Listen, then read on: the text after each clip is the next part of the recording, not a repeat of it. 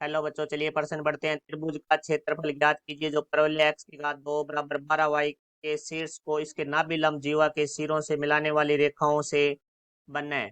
तो मुख्य अवधारणा, तो हमें प्रश्न के अंदर परवलय के बारे में बात की गई है। तो परवलय की हमारी जो समीकरण है, x की घात 2 बराबर है 4ay। इस स्थिति में हमारा जो परवलय है वो y एक्स के सममित होता है और ऊपर की ओर बनता है, ये ऊपर की ओर। और त्रिभुज के क्षेत्रफल पूछा गया है, तो हमारा जो त्रिभुज का क्षेत्रफल है वो होता है 1/2 गुणा आधार गुणा ऊंचाई।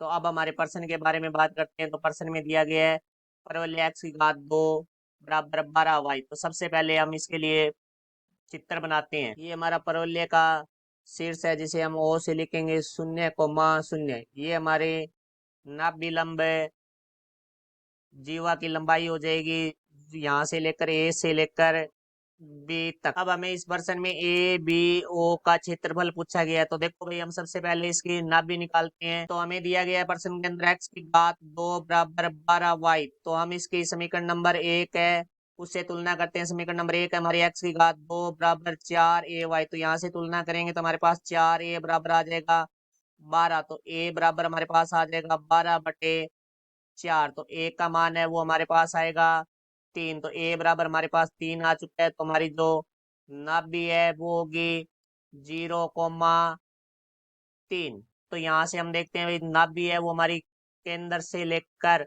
यहाँ नाभि तक की जो दूरी है वो हमारी a होती है।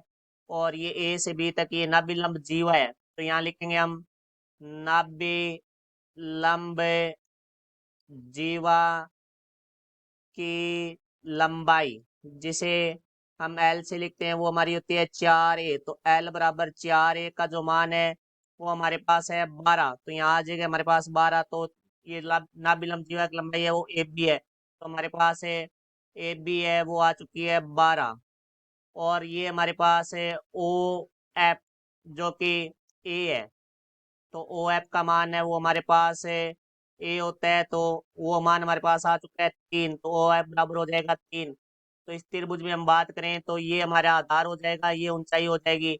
तो त्रिभुज का क्षेत्रफल बराबर हमारा होता है 1/2 गुणा आधार। तो आधार है वो हमारा ए बी रहेगा, तो वो है 12 गुणा ऊंचाई है वो हमारी 3 है। तो 3 से गुणा हो जाएगा। तो ये 2 से कट रहा है, 2 छिक्के 12। तो यहाँ से आ जाएगा 6 गुणा 3। 6 को 3 से गुणा करेंगे हमारे पास आ जाएगा 18 वर्ग इकाई। तो ये त्रिभुज का क्षेत्रफल है वो हमारा होगा 18 वर्ग इकाई। आशा करता हूँ समझाया होगा। धन्यवाद।